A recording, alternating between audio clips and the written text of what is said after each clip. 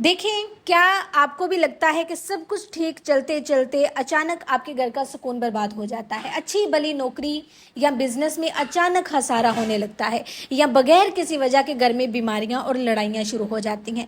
देखिए, हम दुनिया भर को तो इल्ज़ाम देते हैं, लेकिन सच ये है कि हम खुद अपनी खुशियों और रिज्क के कातिल हैं। कैसे? जब हम अपनी हर खुशी, नया फ़ोन, रेस्टोरेंट का खाना और पर्सनल लाइफ की तस्वीरें सोशल मीडिया पर दिखावे के लिए अपलोड करते हैं, और दूसरी तरफ दफ्तर का वक्त चुराना, काम में डंडी मारना या रिज़्क़े हलाल में छोटी छोटी चोरियां करते रहना, तो हम अपने ही हाथों से अपनी ज़िंदगी से बरकत का खात्मा कर देते हैं। आइए सबसे पहले इस रवैये की नफ्सियात और जदीद शक्ल को समझते हैं।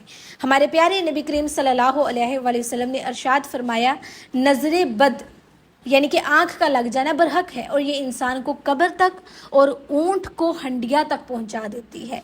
पुराने दौर में नज़र बद सिर्फ मोहल्ले या रिश्तेदारों तक महदूद थी, लेकिन आज हमने स्मार्टफोन्स के ज़रिए अपने बेडरूम, अपने खाने की प्लेट और अपनी खुशियों को पूरी दुनिया के सामने एक्सपोज कर दिया है। Number 1, show off culture. नए कपड़े, नया फ़ोन, गाड़ी या पार्टनर के साथ रूटीन के रील्स बनाना।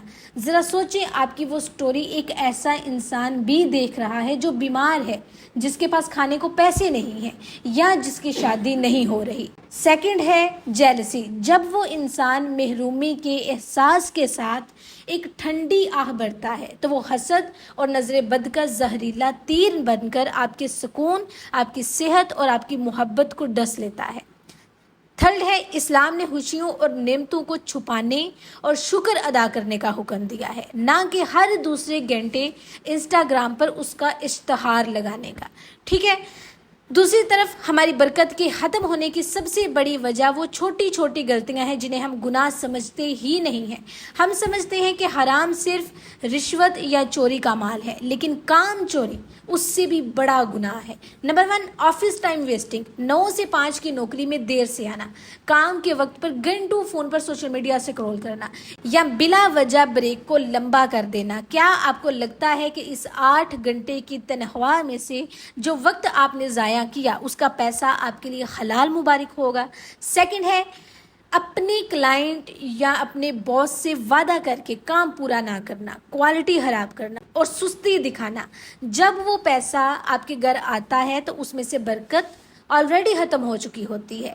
देखिए, बरकत क्यों उठ जाती है, रीज़न क्या है? फिर हम रोते हैं कि तनख्वाह तो लाख रुपया है, लेकिन महीने के आखिर में कुछ नहीं बचता, दवाइयों में पैसा निकल जाता है। बरकत पैसे के ज़्यादा होने का नाम नहीं है, बरकत थोड़े पैसे में सुकून और शिफा होने का नाम है।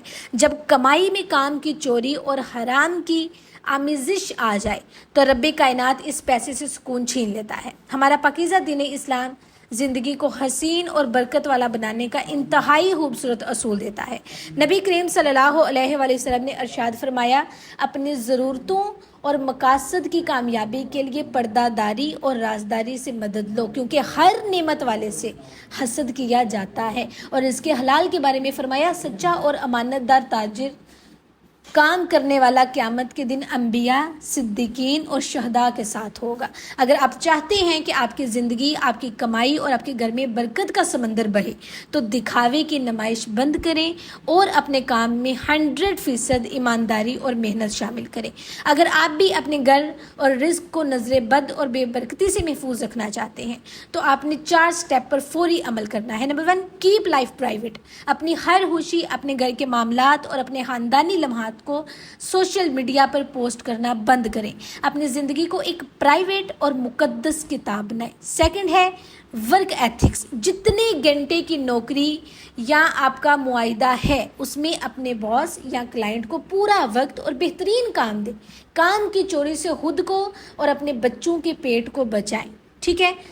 थर्ड है प्रोटेक्टिव अज़कार। नज़र बद से बचने के लिए रोज़ाना सुबह और शाम सूरा फल्क और सूरा नास और आयतल कुर्सी पढ़कर अपने और अपने बच्चों पर दम करने की आदत बनाएं। चौथा है चैरिटी। जब भी अल्लाह कोई नेमत दे, इंस्टाग्राम पर पोस्ट करने के बजाय खामोशी से किसी गरीब को सदका दे दें और रब का शुक्र अदा करें। सदका मुसीबतों और नज़र बद को काट देता है। ठीक है। So my dear sister and brothers, दुनिया की फर्जी वाह वाह اور کچھ لائکس کی خاطر اپنے گھر کے سکون اور اپنی صحت کا سودا مت کریں.